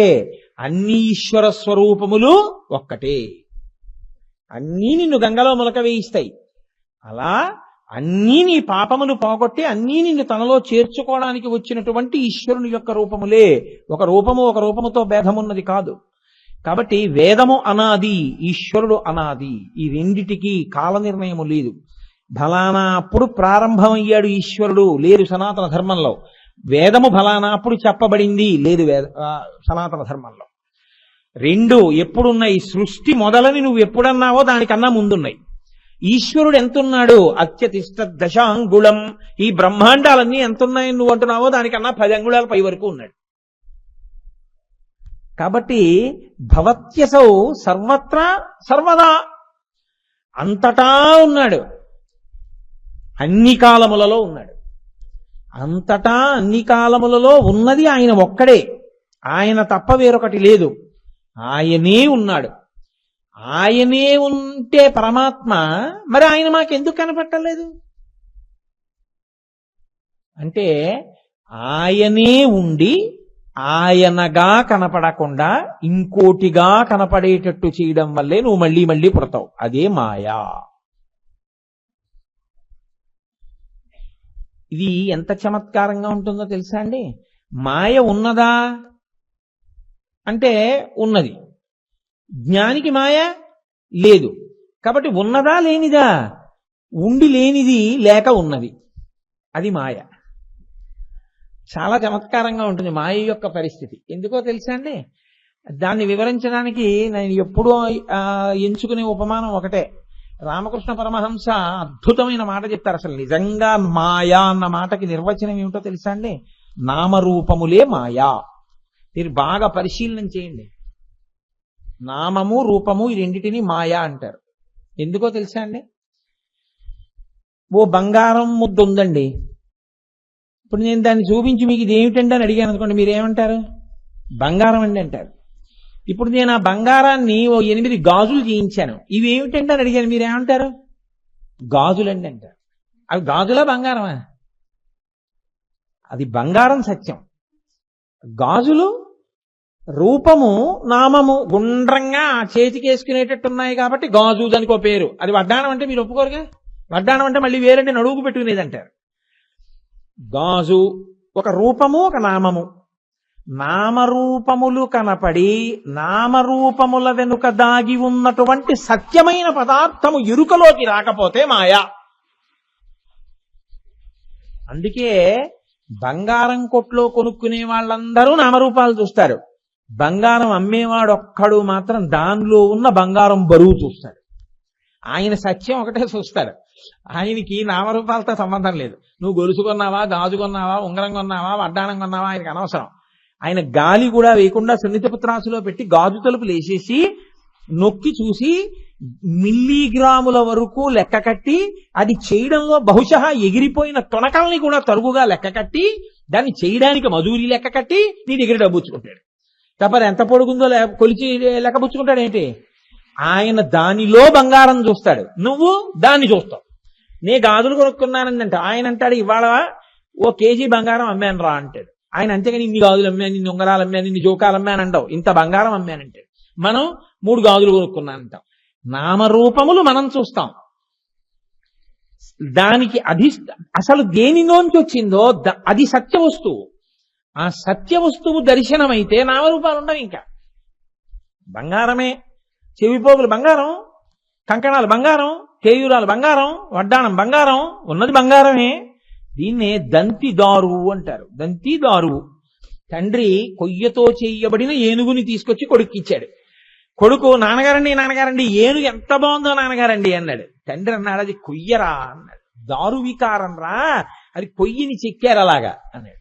కొడుకు అన్నాడు, లేదు నాన్నగారండి మీకేమీ తెలియదు, ఇది ఏనుగు నాన్నగారండి. ఇదిగో తొండం చూసారా, ఇదిగో దంతాలు చూసారా, ఇదిగో కాళ్ళు చూసారా, ఇదిగో తోక చూసారా, ఇది ఏనుగు అంటున్నాడు. తండ్రి అంటున్నాడు నవ్వి, కాదు అది దారువు, అది చెక్క కొయ్య. కొడుకు ఏనుగు అంటాడు, తండ్రి దారు అంటాడు. ఎందుకని? తండ్రికి పరిణతి ఉంది, కొయ్యను చూస్తున్నాడు. కొడుక్కి పరిణతి లేదు, ఏం చూస్తున్నాడు? నామరూపాలు చూస్తున్నాడు. నామాన్ని రూపాన్ని పక్కకి పెట్టేసేయండి, మీకున్నది సత్యం. అది మాయా. అందుకే రామకృష్ణ పరమహంస ఏమంటారో తెలుసా అండి? ఉంది అంటే ఉన్నది, లేదు అంటే లేనిది, లేక ఉన్నది, ఉండి లేనిది. ఎలా అంటే ఆయన దృష్టాంతం చెప్పారు మాయ మీద. వెనకటికి ఒక మహానుభావుడు ఆశ్రమం కట్టుకుని ఆశ్రమంలో శిష్యులు పెట్టుకుని ఏదో తపస్సు చేసుకుంటున్నాడు. ఆయన శిష్యులందరూ కలిసి ఏదో ఇంకో గురువు గారి ఇంట్లో పెళ్లికి వెళ్ళిపోయారు. ఏ శిష్యుడు లేకపోతే ఈయన జపం చేసుకుంటున్నప్పుడు ఎవడో వచ్చి గురువు గారు ఉన్నారా అని తలుపు కొడతారు. జపం మధ్యలో లేవకూడదు. ఆయన ఏం చేశారంటే అలా వెళ్ళిపోతూ ఓ మేకలు కాసుకునేవాడిని పిలిచి, ఒరే ఒక్క రోజు పాటు నువ్వు వచ్చి నా పర్ణశాలలో నా శిష్యుడిగా కూర్చోరా అన్నారు. అంటే అతను అన్నాడు, ఈ బాబోయ్ నేను మీ శిష్యుడిని ఎలా అవుతానండి, నేను నోరు విప్పితే పసిగట్టేస్తారు, నా మాట తీరు వేరుగా ఉంటుంది. ఒరే నువ్వు మేకలు కాసుకునేవాడు ఏంట్రా అంటారు, నన్ను కొడతారండి, నువ్వెందుకు చేరావు పర్ణశాలలో అంటారు, నేను రానన్నాడు. ఆయన అన్నారు, నిన్న అలా నువ్వు మాట్లాడవలసి వస్తేగా అసలు గొడవ, నువ్వు మాట్లాడవలసిన అవసరం రాదు. ఉన్నారా అన్నారనుకో అను, లోపల ఉన్నారు జపం చేసుకుంటున్నారు, నేను లేననుకో అను, అంతే. ఏమీ మాట్లాడదు, గొడవ లేదు, నేను చూస్తూ ఉంటాను. అయితే సరేలేండి ఒక్కరోజు కదా ఉంటా అన్నాడు. వాడికి ఏదో పెద్ద స్నానం చేయించారు, ఓ పిలక పెట్టారు, ఓ విభూతి పెట్టారు, బొట్టు పెట్టారు, చిన్న పంచె కట్టారు, ఉత్తరీయం ఒకటి ఎడంభుజం మీద వేశారు, తీసుకొచ్చారు, కూర్చోబెట్టారు. గురువు గారు లోపల జపం చేసుకుంటున్నారు. ఇంకో గురువు గారు వచ్చారు ఆశ్రమం నుంచి. ఏరా మీ గురువు గారు ఏదన్నారు, ఎంతసేపటి నుంచి చేసుకుంటున్నారు జపం అన్నాడు. అది చెప్పలేదు వీడికి. వీడికి ఏం చెప్పాలో అర్థం కాలేదు. ఎంతసేపటి నుంచి చేస్తున్నారా జపం, ఇప్పుడు లేస్తారా, ఎప్పుడు మొదలెట్టారో, ఇంకెంతసేపు ఉంటుంది ఇవాళ, వీడికి తెలిస్తే కదా. ఇట్రా ఎంత అడిగినా మాట్లాడాడు, నువ్వేమన్నా మేకలు కాసుకునేవాడు ఏంట్రా అన్నారు ఆయన. అంతే వాళ్ళు లేచి పారిపోయాడు. తెలియబడితే ఉండదు, తెలియకపోతే ఉంటుంది. వాడు మేకలు కాసుకునేవాడన్న విషయం తెలియబడగానే వాడు వెళ్ళిపోయాడు అంతే. అలా పిలిచేటప్పటికి అలా తెలియబడనంతసేపు వాడు కూర్చుంటాడు. మాయ కూడా అంతే, తెలిస్తే ఉండదు, తెలియకపోతే కూర్చుంటుంది. కాబట్టి ఉందా అంటే ఉంది, లేదా అంటే లేదు, లేక ఉంది, ఉంది లేదు, దాన్ని మాయ, అది తిప్పుతుంది. మహామాయా విశ్వం భ్రమయసి పరబ్రహ్మ మహిషి అంటారు శంకర భగవత్పాదులు సౌందర్యలహరిలో. ఈ మాయ వల్ల ఏమవుతుందంటే నామరూపాలతో అనుబంధం ఏర్పడుతుంది. ఈ పేరు, ఈ రూపం నాది, నేను నాది, నేను నాది మధుకైటములు. దీనివల్ల ఈ సంఘం ఏం చేస్తుందంటే ఉత్తర జన్మల్ని నిర్ణయం చేసేస్తుంది. దేని మీద నీ మనసు నిలబడిపోయిందో దాన్ని బట్టి ఉత్తర జన్మ. కాబట్టి ఇప్పుడు ఇంతకీ నేను మీతో ఎందుకు ప్రస్తావన చేశాను ఈ విషయాన్ని? భవత్యసౌ సర్వత్ర సర్వదా ఇది భవః. అసలు ఉన్నవాడు, అంతటా ఉన్నవాడు ఆయనే. కానీ మనకు ఆయన కనపట్టలేదు. మనకి ఏం కనపడుతున్నాయి? బోల్డ్ అన్ని కనపడుతున్నాయి. మీరు, నేను, మొక్కలు, పువ్వులు, ఆకులు, చిగుళ్ళు, ఇవన్నీ కనపడుతున్నాయి తప్ప ఈశ్వరుడు మాత్రం ఎక్కడా కనపట్టలేదు. నామరూపములతో మనసు తాదాత్మ్యత చెందిపోయింది. ఇది ఇవాల్టి రోజు వచ్చిన శిక్షణ కాదు. కోట్ల కోట్ల జన్మలగా మనసుకి ఇదే అలవాటైపోయింది. ఇది ఇవాల్టిదని మీరు అనుకోకండి, మనుష్య జన్మలోదని మీరు అనుకోవద్దు. కొన్ని కోట్ల జన్మలగా దీనికి అలవాటు ఉంది. అలవాటు అయిపోవడం మీరు నేను అన్నానని కాదు. మీరు ఒకటి చూడండి, మీరు రోజు పూజ ముందు అగరత్తు తీసి స్టాండ్లో పెట్టి ఉంచడం మీరు చేశారనుకోండి, మీరు పూజ మొదలెట్టే ముందు మీ ప్రయత్నం లేకుండా ఇలా అగరత్తు తీసి అందులో పెట్టేస్తుంది చెయ్యి. మీరు బయటికి వెళ్ళగానే చెప్పులు కోసం ఆగి వెతికేస్తుందండి మనసు. అది ట్రైన్ అయిపోయింది అలాగా. ఆగి చెప్పుల కోసం వెతుక్కోవడం అన్నది దాని అలవాటు. మీరు కారు దిగుతున్నారనుకోండి, చెప్పులు వదిలేసి దిగడం అలవాటు అయిపోయింది. ఎందుకని ఎప్పుడు దేవాలయంలోకి వెళ్ళడమే కారులో పెడితే, కాబట్టి చెప్పులు వదిలేసి వెళ్ళడం అలవాటు అయిపోయింది. నాకు ఒక్కొక్కసారి ఏమవుతుంటుందంటే, నేను గుళ్ళోకి రాకపోయినా ఎక్కడికో వెళుతున్నాను అనుకోండి కారులో, నేను అక్కడికి వెళ్ళేటప్పటికి చెప్పులు ఇప్పేసి దిగిపోతుంటాను కొట్టులోకి కూడా. అప్పుడు నాకు గుర్తొస్తుంటుంది, ఓహో నేను కొట్టుకు కదా వచ్చాను, ఇది చెప్పులు ఇప్పి దిగిపోతున్నాను, ఇదేం గుడి కాదు కదా అన్నప్పుడు మళ్ళీ చెప్పులు వేసుకుని దిగుతూ ఉంటాను. అంటే దానికి అలా అలవాటు అయిపోయింది. కారులో వస్తే గుడికి, కాబట్టి చెప్పులు వేసుకుని దిగం, మనం చెప్పులు వదిలిపెట్టి దిగడమే. అది అలా కమాండ్కి అలవాటు పడింది. ఇది కొన్ని కోట్ల జన్మల నుంచి అలవాటు పడింది. నామరూపాలు మాత్రమే చూస్తుంది. అది ఆ డొప్ప పైకి తీసి చూడడానికి దానికి రాదు. ఇది ఇప్పుడు అలవాటు చేయాలి. ఎలా అలవాటు చేయాలంటే, ఓసినీయ సాధ్యం కోలా నామరూపాలు కాదే భవుణ్ణి చూడు. ఆయన అంతటా ఉన్నాడు చూడు. ఆకలిలో, అన్ని ప్రాణుల ఆకలిలో ఆయనే ఉన్నాడు. అన్ని ప్రాణుల నిద్రలో ఆయనే ఉన్నాడు. అన్ని ప్రాణుల కదలికలో ఆయనే ఉన్నాడు. చూడు చూడు చూడు చూడు అని మీరు పరిశీలనాత్మకంగా చూడడం దానికి అలవాటు చెయ్యాలి. చేస్తే ఇప్పుడు నామరూపాతీత స్థితి వైపుకి అది నడుస్తుంది. ఇలా నడవడానికి మొట్టమొదటి పట్టు ఎక్కడ దొరుకుతుందో తెలుసా అండి? భక్తి చేత దొరుకుతుంది.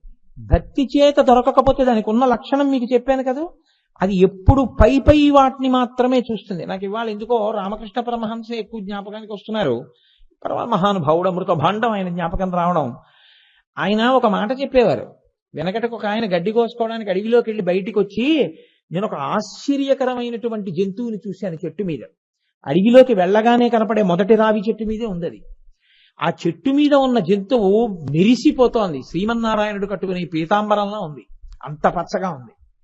అంటే రెండో ఆయన అన్నాడు, నోరుమొయ్యి, నేను గడ్డి కోసుకొస్తూ ఉంటాను, నేను ఎన్నో మార్లు చూశాను. మొదటి రావి చెట్టు మీదేనా?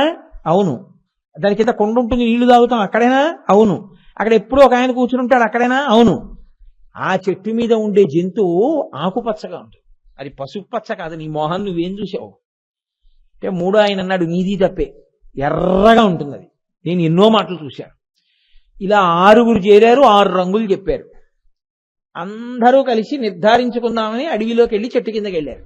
ఎప్పుడూ చెట్టు కింద కూర్చుని ఆయన ఒక ఆయన ఉన్నాడు కదా, మరి ఆయన్ని అడిగారు, ఏమంటే ఈ చెట్టు మీద ఉంటుందే అదేది ఎక్కడ కనపట్టలేదు, అది ఎప్పుడు నాకు ఆకుపచ్చగా, ఈయనకి ఎర్రగా, ఆయనకి పచ్చగా అంటున్నారు, అసలు ఏది దాని రంగు అంటే ఆయన అన్నాడు, దాని రంగు ఏమిటో నాకే తెలియలేదు ఇప్పటి వరకు. ఎందుకో తెలుసా?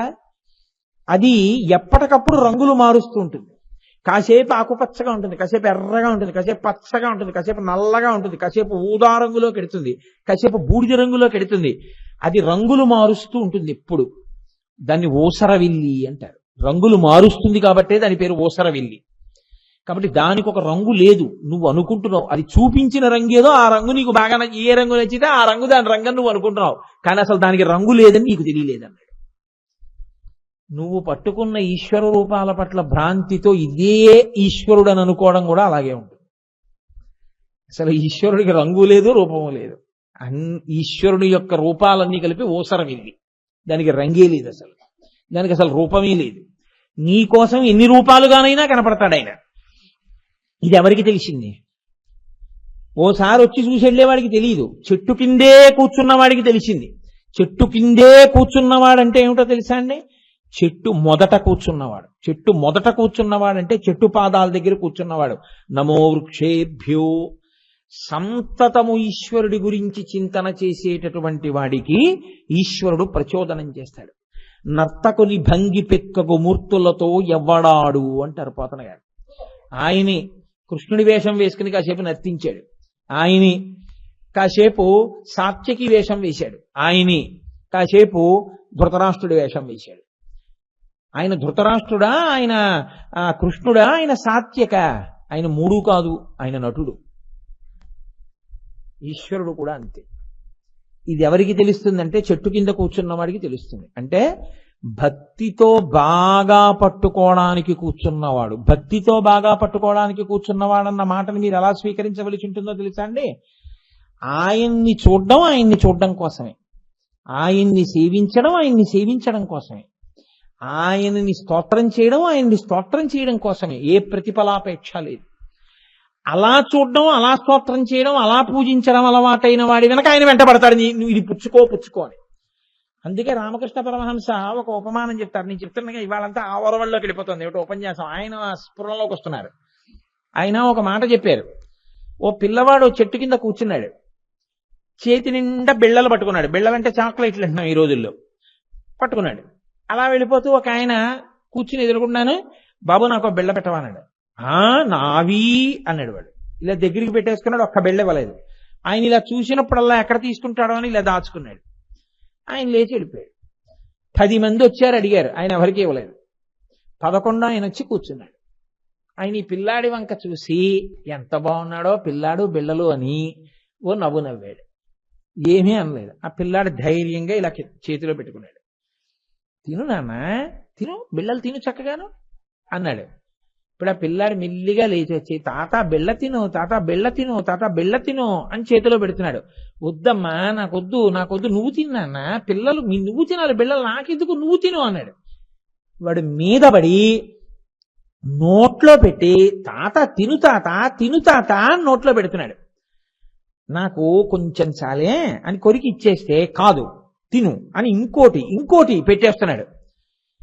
ఎవడు కావాలన్నాడో వాడికి ఇవ్వడు, ఎవడు నువ్వు తినన్నాడో వాడికి అన్ని ఇస్తాడు. పిల్లాడు ఎటువంటి వాడో ఈశ్వరుడు అటువంటి వాడు. నువ్వు చేసే పూజ ఆయన కొరకే అయితే, నువ్వు చేసే సేవ ఆయన కొరకే అయితే, నువ్వు చేసే స్తోత్రం ఆయన కొరకే అయితే, దానిలో నీకు ఇంకే ప్రతిఫలాపేక్ష లేకపోతే, నువ్వు కేవలం అలా చేయకుండా ఉండలేక చేయడం నీ అలవాటుగా మారిపోతే ఆయన నీ వెంట పడ్డం అలవాటుగా ఆయనకుంటుంది. ఈ స్థితికి వెళ్ళిన వాడెవడో వాడికి ఈశ్వర దర్శనం యథార్థంగా కనపడుతుంది. అప్పుడు వాడికి అంతటా ఈశ్వరుడు కనపడతాడు. అలా కనపడేవాడిని చూస్తే ఆశ్చర్యంగా ఉంటుంది. అలా ఎలా కనపట్టలేదురా వీడికి అంటాడు ఆయన. ఇలా ఎలా కనపడుతోంది ఆయనకంటాడు వీళ్ళు. చాలా మందికి కనపడరు కాబట్టి కనపడిన ఒక్కడిని చూసి పిచ్చాడంటారు. ఎందుకో తెలుసా అండి, లోకంలో జ్ఞానులందరినీ పిచ్చాళ్ళని ఎందుకన్నారు అనుకుంటున్నారు? రామకృష్ణ పరమహంసని పిచ్చాడింది లోకం. అందుకే శంకరుడికి ఓ పేరుంది, ఉన్మత్త శేఖరాయన మహా, పిచ్చాళ్ళకి పెద్ద పిచ్చాడైనని. ఎందుకంటే ఎవరికీ అర్థం కాడు. మన పిచ్చంతా సంసారం పిచ్చి, ఆయన రాశీభూతమైనటువంటి జ్ఞానం, ఆయన మనకు అర్థం కాడు. పిచ్చివాడంటే మనసు లేదని మీరు అనుకోకండి, పిచ్చివాడంటే ఆలోచన లేదని మీరు అనుకోకండి. నాకు ఎప్పుడూ ఒక విషయమే జ్ఞాపకానికి వస్తుంది. నేను ఒకసారి పద్మప్రియ సినిమా హాల్లో సినిమా చూసి బయటికి వచ్చేస్తున్నాను. అదో కొండెక్కినట్టు ఎక్కాలి స్కూటర్ ఎట్టుకుని పైకి ఎక్కి బ్యాలెన్స్ చేసుకోవడానికి ఆయన ఆగాను ఒకసారి టర్న్ తిరగడానికి. ఆ డ్రైనేజీ బద్దలైపోయింది, చిన్న రాయి ఒకటి పక్కకి తప్పుకుంది, మురుగుడు నీరు బుడగలతో వెడుతోంది. అక్కడ ఒక అతను కూర్చుని చక్కగా పద్మాసనం వేసుకుని ఓ సిగరెట్ పెట్టిలో ఉన్నటువంటి ఓ అట్టముక్క తీసి దాన్ని చివర ఉద్ధరణికి ఉండేటటువంటి దానిలా చేసి కాడలా పెట్టుకుని తీసి ఆ మురుగునీరు ఇలా పోసుకుని ఓం కేశవాయ స్వాహ, ఓం నారాయణాయ స్వాహ అంటున్నాడు. నేను అలా ఉండిపోయాను కాసేపు. అతనికి ఏదో జన్మజన్మాంతర సంస్కారం ఉంది. ఇప్పుడు ఆ క్షణంలో అతని మనసులో ఏదో ఈశ్వరారాధన చేస్తున్నాడు. అతనికి ఇది ఉద్ధరిణి కాదని తెలియదు, ఇది పంచపాత్ర కాదని తెలియదు, అతను తీసుకుంటున్నది శుద్ధమైన జలం కాదని తెలియదు. కానీ అతని మనసులో ఏ భావన ఉండడం వల్ల అలా తీసుకోగలుగుతున్నాడో నీకు అందుకోలేవు, నీకు తెలియదు, నీకు ఆయన అర్థం కాలేదు కాబట్టి నువ్వు ఆయన్ని పిచ్చాడు అంటున్నావు. కానీ వీడికి అర్థం కాకుండా ఇలా తిరుగుతాడేంటి ఇక్కడ ఆచమనం చేసి పూజ చేసుకుంటుంటే అని అనుకుంటున్న ఆయనకి నువ్వు పిచ్చాడు కాదు. కాబట్టి పిచ్చి అంటే ఏదో మామూలు పిచ్చి అనుకోకండి. జ్ఞానంలో ఆయనకి అంతటా ఈశ్వరుడు కనబడతాడు, మనకి నామరూపాలు కనబడతాయి. అందుకని పిచ్చాడంటాం. రామకృష్ణ పరమహంసని శిష్యులు పల్లకీలో తీసుకెడుతున్నారు. రోజు సాయంకాలం అసుర సంధ్య వేళ అవుతోంది. వేశ్యలందరూ వేశ్యవాడలోంచి బయటికి వచ్చి తలుపుల దగ్గర నిలబడ్డారు. వీటిలో అలా వెళ్ళిపోతూ వాళ్ళకి ఎవరు వాళ్ళ కంటికి నచ్చితే వాళ్ళ దగ్గరికి వెడతారని. పరమహంస ఎందుకో తెర తీసి ఇలా బయటికి చూశారు. ఒక్కసారి పల్లకీలోంచి ఆయన దూకేశారు. ఇప్పుడు పల్లకీ పట్టుకున్న వాళ్ళు ఒక్కసారి కుదుపు కదండి, ఆశ్చర్యపోయారు. ఇదేమిటి ఈయన బిడ్డల దగ్గరికి వెళ్ళిపోతున్నారు వేశ్యవాళ్ళని. ఆయన పరిగెత్తుకుంటూ వెళ్ళిపోయి ప్రతి వేశ్య కాళ్ల మీద పడిపోయి నా తల్లి కాళి, నా తల్లి కాళి, నా తల్లి కాళి అంటున్నారు. ఆయన్ని బలవంతంగా కాళ్ళు చేతులు పట్టుకుని పల్లకి ఎక్కించి తీసుకొచ్చారు. అన్నన్న అదేమిటంటే అలా వాళ్ళ దగ్గరికి వెళ్ళి వాళ్ళ మీద పడిపోయి అలా మా తల్లి కాళి, మా తల్లి కాళే అన్నారు. వాళ్ళు విటులండి, వాళ్ళు వేశ్యలు, విటుల కోసం నించున్నారన్నారు. అంటే పరమహంస అన్నారు వాళ్ళు వేశ్యలా? నాకు అసుర సంధ్య వేళ అవుతూ ఉండగా శంకరుడు ఇంటికొస్తాడని స్వాగతం చెప్పడానికి గుమ్మంలోకి వచ్చి నించున్న నా తల్లి కాళికాంబ కనపడింది, మా అమ్మ ఇన్ని రూపాయలతో కనపడిందని నేను పాదములకు మొక్కాను, నాకు వేశ్యలు కనపడలేదే అన్నారు. చాలా మందికి సంతర్పణ చేశాక ఒకే గుడ్డ పెట్టి తుడుస్తున్నారు, తడిగుడ్డ. పరమహంస చూశారు అలా వస్తూ, ఆగండి ఆగండి ఆగండి ఆగండి ఆగండి, ఇదంతా భోజనం చేసింది నా తల్లే, సహస్రశీర్షవదన, ఇన్ని రూపాయలతో మా అమ్మ అన్నం తింది. ఇక్కడ మా అమ్మ అన్నం తిన్న చోట ఒక్క తడిబట్ట పెట్టేలా తీస్తారా? ఉండండి కూర్చోబెట్టి తీస్తాను, మామూలు కూర్చ కాదు బ్రష్ అది, ఇదిగో నా కూర్చోబెట్టి తీస్తానని తన గడ్డం పెట్టి తుడిచారు ఆయన. ఈ దృష్టికోణం నీకొస్తే చూసేవాళ్ళు ఆయన పిచ్చాడేంటి, ఆ గడ్డంతో తుడుస్తాడు ఏంటంటారు. కానీ ఆయన నీకెలా అర్థమవుతాడు? అందుకే మహాపురుషులైన వాళ్ళు అన్నారు రామకృష్ణ పరమహంసకు పట్టిన పిచ్చి నాకెప్పుడు పడుతుందో అన్నారు. అంటే నిజంగా ఆ స్థితిని నువ్వు పొందగలిగితే నీ జీవితం ధన్యమైందని గుర్తు, నీకు అంతటా ఈశ్వరుడు కనపడుతున్నాడని గుర్తు. మన గొప్పతనం అంతా ఎంతసేపు ఏమిటంటే ఎంతమందిని కొట్టి ఎంత దాస్తి. ఎందుకంటే నామరూపాలకి నువ్వు ఎంత వశుడవయ్యి ఉంటే అది గొప్పని మనం అనుకుంటాం. ఎందుకంటే మన సంఘం అక్కడే ఉంది. అందుకని మనకంత గొప్పతనం ఎక్కడ కనపడుతుందంటే ఎంత దాస్తాడు, ఎంత చేస్తాడు, ఇవే మనకి కనపడేవి తప్ప అసలు అలా ఉదార చిత్తంతో అంతటా అన్నీ చూడగలిగినటువంటి ప్రజ్ఞారూపంతో నిలబడగలిగిన స్థితి మనకుండదు. ఆ స్థితి దేని వల్ల వస్తుంది? ఆయన అనుగ్రహంతోటే వస్తుంది. ఆయన అనుగ్రహించాడు అనుకోండి, ఆ మాయా అన్న తెరని తీసేస్తాడు. తీసేస్తే నామరూపాలు కనబడవు. నామరూపాలుగా ఉన్న ఈశ్వరుడు కనబడతాడు. అంతర్బహిష్ట సర్వం వ్యాప్త నారాయణ స్థిత అని నువ్వు ఎన్ని మాటలు నిలబడి మంత్రం చెప్పేసినా నీకేం రాదు. ఎప్పుడు వస్తుంది? నిజంగా ఈ స్తంభం రూపంలో నారాయణుడు, మొక్క రూపంలో నారాయణుడు, పండు రూపంలో నారాయణుడు, ఈ రూపంలో నారాయణుడు, ఈ రూపంలో నారాయణుడు, ఈ రూపంలో నారాయణుడు, అంతటా నారాయణుడు అన్న స్థితి ఏర్పడితే భక్తి దాని ఎందు అంతర్లీనమైపోతుందంతే. ఇంకా కొత్తగా ఏం ఉండదండి. భక్తి అన్న మాటకు అర్థం అంతే. నేను చెప్తున్నాను కదా, ఒక్కొక్క రోజు నీవుటో ఏదో ఒకటే పట్టుకెళ్ళిపోతూ ఉంటుంది మనసు. ఇంకా అలా దాన్నే పట్టుకుంటుంది, సొరంగంలో వెళ్ళిపోతున్నట్టు. పరమహంస ఒక విషయం చెప్తుండేవాడు. పూర్వం ఒక వర్తకుడు ఉండేవాడు. ఆయన పని ఏమిటంటే చీరలు అమ్మేవాడు. ఆయన నేతనేసి చీరలు అమ్మేవాడు.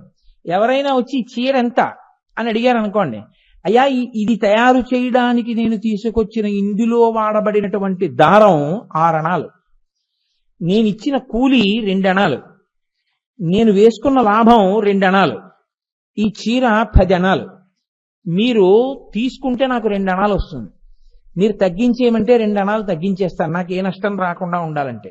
మీరు ఇవ్వాలనుకుంటే 2 అణాలు ఇవ్వచ్చు, లేదా 1 అణ అన్న ఇస్తే నా పొట్ట పోసుకోగలుగుతాను. అందరూ ఆయన్ని చాలా మెచ్చుకుని ఆయన చెప్పిన డబ్బిచ్చి ఆయన చీరలు పుచ్చుకునేవారు. ఆయన అలా అని 1 అర్ధనా పుచ్చుకునేవాడు కాదు. ఆయన ఎందుకు అలా చెప్పేవాడంటే ఆయన ఎప్పుడు ఎవరిని చూసినా ఈశ్వరుడికి చెప్తున్నాను, అబద్ధం ఎందుకు, ఈశ్వరుడికి చెప్పి తింటున్నాను, 2 అణాలు లాభం వేసుకు తింటున్నాను ఈశ్వరా అని చెప్తాను. ఈశ్వరుడే వచ్చి ఆ చీర కొనుక్కుంటున్నాడు. నన్ను పోషించడం కోసమని నేను పెట్టిన పెట్టుబడి పైన 2 అణాలు ఇవ్వడానికి సర్వేశ్వరుడు వస్తున్నాడు లోపలకని ఈశ్వరుడికి చెప్తున్నానని చెప్పేవాడు ఆయన. ఆయనకి వ్యక్తులు కనపడేవారు కాదు, చీరలు కొనుక్కోవడానికి వస్తే ఈశ్వరుడు కనపడేవాడు. ఆయన ఒక రోజు రాత్రి నిద్ర పట్టక ఈశ్వరుణ్ణి తలుచుకుంటూ ఆ వీధిలోకి వచ్చి నిలబడ్డాడు. చీకటి పడిపోయింది.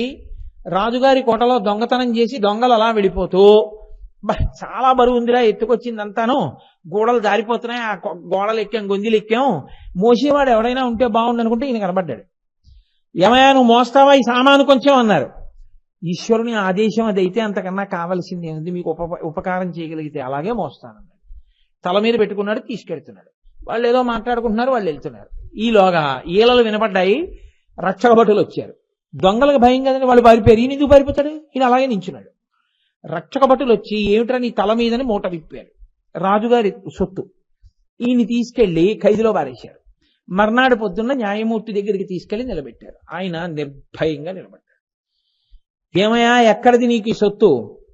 రామచంద్రమూర్తి అనుగ్రహం వల్ల రాత్రి నిద్ర పట్టలేదండి, రామానుగ్రహం వల్ల వీధిలో నించున్నాను, రామానుగ్రహం వల్ల ఇప్పుడు నాకు అర్థమైన విషయం ఏంటంటే దొంగలు వచ్చారు, రామానుగ్రహం వల్ల వాళ్ళు నన్ను తల మీద పెట్టుకుని మొయ్యమన్నారు, రామానుగ్రహం వల్ల మోస్తూ వెళ్ళాను, రామానుగ్రహం వల్ల రక్షక భటులు వచ్చారు, రామానుగ్రహం వల్ల దొంగలు పారిపోయారు, రామానుగ్రహం వల్ల నేను దొరికిపోయాను, రామానుగ్రహం వల్ల రాత్రంతా ఖైదులో ఉన్నాను, రామానుగ్రహం వల్ల న్యాయమూర్తి అయిన మీరు పిలిచారు, రామానుగ్రహం వల్ల నిజం చెప్పమన్నారు, రామానుగ్రహంతో నిజం చెప్పాను, రామచంద్రుడు ఏం చేస్తే చేస్తాడన్నారు. ఈలోగా రక్షక భటులు వచ్చి అయ్యా రాత్రి దొంగలు దొరికారంటే అసలు పాపం ఈయన కాదుటన్నారు. ఆయన అన్నాడు, అరే చూస్తేనే తెలుస్తోందా ఈయన ఎంత నిజాయితీ పరుడో, విడిచిపెట్టేయండి అన్నాడు. రామచంద్రమూర్తి అనుగ్రహం వల్ల మీరు విడిచిపెట్టారు, నేను వెళ్ళొస్తానని వెళ్ళిపోయాడు. ఇప్పుడు ఆయనకి ఖైదులో పెట్టినప్పుడు బాధ లేదు, అడిగినప్పుడు ఖేదం లేదు, తాను చెప్పినప్పుడు ఆవేదన లేదు, తన్ని విడిచిపెట్టినప్పుడు మోదం లేదు, దొంగని పట్టుకున్నప్పుడు కొడుతూ తీసుకెళ్ళినప్పుడు ఆయనకి వ్యగ్రత లేదు. ఎందుకు లేదంటే ఇవన్నీ రాముడు చేయిస్తున్నాడు, నేను రాముడి చేతి వస్తువు, నా కర్మ ఇలా నశించిపోతోంది, నా పాపం పోతోంది.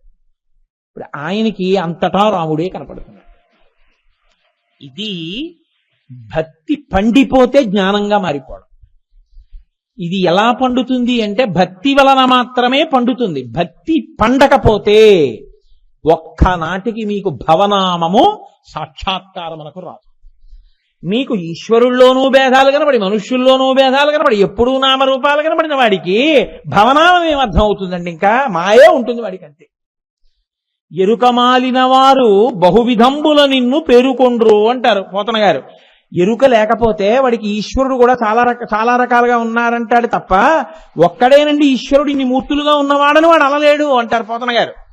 కాబట్టి పరమేశ్వరానుగ్రహము చేత నామరూపములుగా కనపడేటటువంటిది అంతటా నిండి నిబిడీకృతమై సర్వత్ర సర్వదా భవత్యసౌ. అంతటా అన్ని వేళలా ఆయనే ఉన్నాడు తప్ప వేరొకడు లేడన్న భావం నీకు ఎప్పుడు కలుగుతుంది? ఆ భవ భవ భవ భవ భవ భవ అన్న నామం బాగా పట్టుకుంటే ఆయన అనుగ్రహం నీకు కలుగుతుంది. కలగకపోతే ఏమవుతుంది? పట్టుకోకపోతే ఆ భవ కొంప ముంచుతుంది. ఎలా అవుతుందో తెలుసా అండి? భవం సంసారమై కూర్చుంటుంది. సంసారం అంటే ఎడతెరిపి లేని ప్రవాహము. ఇందులో ఏముంటుంది? భవ భయ ఖేద చిదే వందే అంటారు శంకరాచార్యులు వారు షట్పది స్తోత్రంలో. దానిలో భయం ఉంటుంది. ఎందుకో తెలుసా అండి? ఉన్నది పోతుందేమో, రావలసింది రాదేమో, అంతే. రెండు భయమే వాడికి ఎప్పుడు భయం. ఎందుకంటే నాకున్నది పోతుందేమో, నాకు రావలసింది రాకుండా వీడు అడ్డొస్తాడేమో, ఎప్పుడు భయం. ఆఖరికి ఈ భయం ఎక్కడి వరకు అంటే దీంతోనే ఉండిపోవాలి. నాన్నగారు వెళ్ళిపోయారు, తద్దినం పెట్టావు. తాతగారు వెళ్ళిపోయారు, తద్దినం పెట్టావు. పెద్దన్నగారు వెళ్ళిపోయాడు, తద్దినం పెట్టావు. పక్కింటి ఆయన వెళ్ళిపోయాడు, నువ్వు చూసావు, శ్మశానానికి వెళ్ళొచ్చావు. ఇది మాత్రం వెళ్ళకూడదంట ఏంటి? ఎలా ఉంటుంది ఇది? ఇది కూడా వెళ్ళిపోదు, వెళ్ళిపోతుంది. వెళ్ళిపోయినప్పుడు అక్కడికి జవాబు చెప్పవలసిన స్థితి వస్తుంది. లైన్లో నించో పెడతారు, ఇలా చేతులు కట్టు నించోవాలి. ఏమిటి చేశావు నువ్వు? నా దగ్గర ఉంది. ఎన్ని మాటలు వెళ్ళావో శ్రీశైలం. సాక్షి గణపతి కన్న తల్లి విసద్గుణావతి శాంభవి.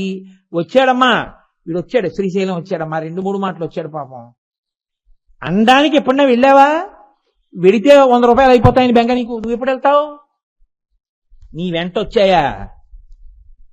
తల్లి గర్భము నుండి ధనము తాడెవ్వడు వెళ్ళిపోయడినాడు వెంటరాదు. లక్షాధికారైన లవణమన్నమె కాని మెరుగు బంగారంబు మింగబోడు.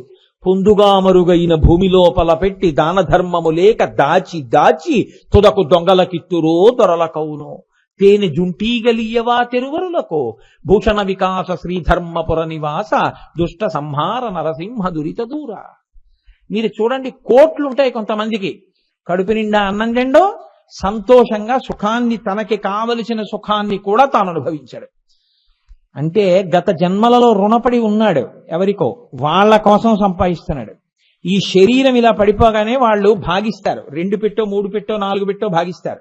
భాగించి వాటాలు వేసుకుని వాళ్ళు తింటారు. వాళ్ళ కోసం సంపాదిస్తారు తప్ప వాడికి దాన్ని మార్చుకోవడం రాదు పుణ్యంగా. ఇదే చాలా కీలకమైనటువంటి విషయం తెలుసా అండి? ఎందుకో తెలుసా? మీకు ఊర్ధ్వలోకముల యందు నివసించాలి అన్నా, ఉత్తర జన్మలలో చెయ్యి ఇలా చాపకుండా బ్రతకాలి అన్నా, ఇప్పుడు మీరేం చేస్తున్నారన్న దాన్ని బట్టే ఉంటుంది. మీరు దేశకాలాదులు నెరిగి చేసిన పుణ్యం అంటే మీ శరీరంలో ఓపిక ఉంది, ఈశ్వరుడు గురించి ఖర్చు పెట్టావా? నీకు ద్రవ్యం ఉంది, ఈశ్వరుడు గురించి ఖర్చు పెట్టావా? మీరు చూడండి, నా దగ్గర 1,00,000 రూపాయలు ఉన్నాయనుకోండి, ఇవన్నీ బ్రీఫ్ కేసులో పెట్టుకుని నేను అమెరికాలో దిగి టీ ఇమ్మని ఇచ్చాను అనుకోండి, 1,000 రూపాయలు వాడు చింపి అసలు పారేస్తాడు. అసలు బాబా 5,000 కావాలంటాడు. మీరు ఏం చేయాలి? అమెరికా వెళ్లే ముందు ఏ state bank of India foreign exchange కౌంటర్కో వెళ్ళి దీన్ని డాలర్స్ కింద మార్చుకోవాలి. మార్చుకుని డాలర్లు పెట్టుకుని పెడితే అక్కడికి వెళ్ళి ఏదో $1 $2 ఇస్తే ఇస్తారేమో. టీయో కాఫీయో వెళ్ళొచ్చిన వాళ్ళకి తెలుస్తుంది, నాకేం తెలుస్తుంది? కాబట్టి ఇక్కడ రూపాయి అక్కడ పనికిరాదు, అక్కడ డాలర్ ఇక్కడ పనికిరాదు, మార్చుకోవాలి. ఇక్కడ నీకున్న డబ్బు నిన్ను అక్కడేం ఉద్ధరించదు. వచ్చే జన్మలో ఇలా అని బతుకుతావు. ఇలా పెట్టింది లేదుగా. కాబట్టి ఇలా పెడితే వచ్చే జన్మలో కూడా ఇలా పెడతావు. ఇలా పెట్టింది లేదు, ఇలా పుచ్చుకున్నదే. అందుకు వచ్చే జన్మలో ఇలాగే చాపుతావు. అలా చాపకుండా ఉండాలంటే ఇప్పుడు నీకున్నదాన్ని నువ్వు ఏమైనా ఇస్తున్నావా ఎవరికన్నా? కాబట్టి నీ కొరకు నువ్వు చేసుకోరా, పాడైపోతావు. లేకపోతే పరాశర భట్టర్లు శ్రీగుణరత్న కోశం చేస్తూ యద్భ్రూభంగాః ప్రమాణం స్థిరచర రచనా తారతమ్యే మురారేహే వేదాంతాః తత్వచింతాం మురభిదురసి యత్పాద చిహ్నైత్తరంతి భోగోపోద్ఘాత కైలీచులిఖిత భగవత్వైశ్వరూప్యానుభావా సానశ్రీహి అస్మృణీతాం అమృతలహరి ధీలంఘనీయైః అపాంగైః అంటారు. చతుర్ముఖ బ్రహ్మగారు లక్ష్మీనారాయణుల కొడుకు కదా, జన్మ ఇచ్చేటప్పుడు ఆ కొత్త జన్మలోకి వెళ్ళవలసిన పుర్రి చేత్తో పట్టుకుని అన్ని రాసేస్తాట. ఆయుర్దాయం, చదువు అన్ని రాసి ఐశ్వర్యమో సైడ్ హెడ్డింగ్ పెట్టి అమ్మా లక్ష్మీదేవి వంక తిరిగి అమ్మా ఎంత ఇమ్మంటావు అని అడుగుతాడు. వీడి ఈ పుర్రె గతంలో ఉన్న పుర్రెగా ఉన్నప్పుడు దీని పేరేమిటి? ఈ పుర్రె పేరా అమ్మా ఫలానా అందేవాడు. అంటే కనుబొమ్మ ఇలా దింపింది. వాడా ఒకడికి పెట్టారు కదరా, వీడు ఎప్పుడు చెయ్యి చాపి తిననుగాక, ఏది ముట్టుకున్నా మట్టగుగాక వదిలేస్తాడు ఆ పుర్రెని. అమ్మవారి దగ్గర చెప్పాడు, అమ్మ ఫలానా పుర్రె, దీనికి ఐశ్వర్యం లేకపోవచ్చు, ఊపిరున్నంత కాలం నిన్ను సేవించిందమ్మా. ఈ పుర్రె దానికి ఉన్నదంతా 10 మంది కోసం వెచ్చించిందమ్మా. అసలు ఆ పుర్రె పేరు చెప్పేటప్పటికట అమ్మవారు అంటుంది ఆ సంతోషంతో, యద్భ్రూభంగాః ప్రమాణం, పైకెత్తిందా ఇంటి ముందు ఏనుగులు నిలబడే ఐశ్వర్యవంతుడని రాస్తాడు. ఆవిడ వాడా అనిలా దింపిందా అడుక్కు తింటాడని రాస్తాడు బ్రహ్మగారు. హరినాపి హరేణాపి బ్రహ్మణాపి సురైరపి లలాట లిఖితారేఖ పరిమాస్కం నశక్యతే. కాబట్టి అప్పుడు ఏడవడం ఎందుకు? ఇప్పుడు మార్చుకో జీవన విధానాన్ని. అందరినీ డబ్బు పెట్టేయమని శాస్త్రాలు చెప్పలేదు. దేవుడు వాక్కిచ్చాడుగా, కష్టంలో ఉన్నవాడిని ఓదార్పుగా మాట్లాడడం చేత కదా, కనీసం 10 మందికి ఓదార్పు వాక్యాలు చెప్పడం చేయలేవా? రామనామం చెప్పుకుంటూ కూర్చోలేవా? శ్రీరామ శ్రీరామ అంటూ రామనామం వ్రాయలేవా? గుడి చుట్టూ ప్రదక్షిణం చెయ్యలేవా? ఈశ్వరుడి పల్లకి మొయ్యలేవా? నీకు ఐశ్వర్యం ఉంది, కాస్త ప్రసాదం పెట్టించలేవా? శిథిలమైన శివాలయానికి పునర్నిర్మాణానికి నీ దగ్గరున్న ద్రవ్యాన్ని వెచ్చించలేవా? నీవు ఏం చెయ్యగలవో అది చెయ్యి. నువ్వు ఏదీ చెయ్యకుండా ఎంతసేపు నాకేముందని చేయను అంటే అదే ఇస్తాడు ఈశ్వరుడు. శంకరాచార్యుల వారు కనకధార చేయవలసిన అవసరం ఎందుకు వచ్చింది? వృద్ధ బ్రాహ్మణి యొక్క దారిద్ర్య స్థితి చూసి శంకర భగవత్పాదులు వచ్చి నిలబడ్డారు ఇంటి ఎదురుగుండా బ్రహ్మచారి రూపంలో. గృహస్థాశ్రమంలో ఉన్నది ఎందుకు అంటే బ్రహ్మచారికి సన్యాసికి అన్నం పెట్టడానికే. అటువంటి బ్రహ్మచారి వచ్చి భవతి భిక్షాందేహి అన్నారు. ఏముంది ఇంట్లో? ఇల్లంతా వెతికింది. భర్త గారు వెళ్ళాడు పాపం ద్వాదశి, ఆ ఉపవాస విరమణ చెయ్యాలి, ఎక్కడైనా ఏమైనా దొరికితే పట్టుకొద్దామని వెళ్ళాడు, ఏమీ లేదు. అయ్యో ఇంత గొప్ప బ్రహ్మచారి ఇంటి ముందుకు వచ్చాడు, ఏమీ లేదు. ఆవిడ ఏడుస్తూ ఇల్లంతా తిరుగుతోంది. శంకర భగవత్పాదులు చూశారు ఆవిడ కష్టాన్ని. చూసి లక్ష్మీదేవిని అడిగారు, అమ్మా ఆవిడికి ఐశ్వర్యం ఇయ్యమ్మా అన్నారు. ఆవిడ టకటక కొట్టింది కంప్యూటర్లో, కొట్టి చూసింది. కుదరదు శంకర. ఏమమ్మా గత జన్మలలో ఇలా పెట్టింది లేదు శంకర, ఇలా ఏమైనా పెట్టుంటే చెప్పు. ఇంత పెట్టుంటే దాన్ని అంతగా పుణ్యం వేసిస్తాను. అసలు ఇంత లేదు పెట్టింది, దాచుకోవడం తప్ప. ఏమిమ్మంటావు? ఏ వడ్డు పెట్టిమ్మంటావు? ఇవ్వలేను. అప్పుడు చేశారు కనకధారా స్తోత్రం. అమ్మా నువ్వివ్వకపోతే ఎవరిస్తారు? దిగ్భస్తిభిక్కనక కుంభముఖావ సృష్ట స్వర్వాహినీ విమలచారు జలప్లుతాంగీం ప్రాతర్నమామి జగతాం జననీమశేష లోకాధినాథ గృహిణీం అమృతాబ్ధిపుత్రీం. నువ్వు కాకపోతే ఎవరమ్మా ఇవి దోషం తీసేసేది? విహంగ శిశవ్విషణ్ణే దుష్కర్మ ఘర్మమపనీయ చిరాయ దూరం నారాయణ ప్రణయినీ నయనాంబువాహ. అమ్మా చాతక పక్షి నీటి కోసం చూసినట్టు చూస్తోంది ఆవిడ. నువ్వే ఈవిడ దుష్కర్మని తొలగొట్టి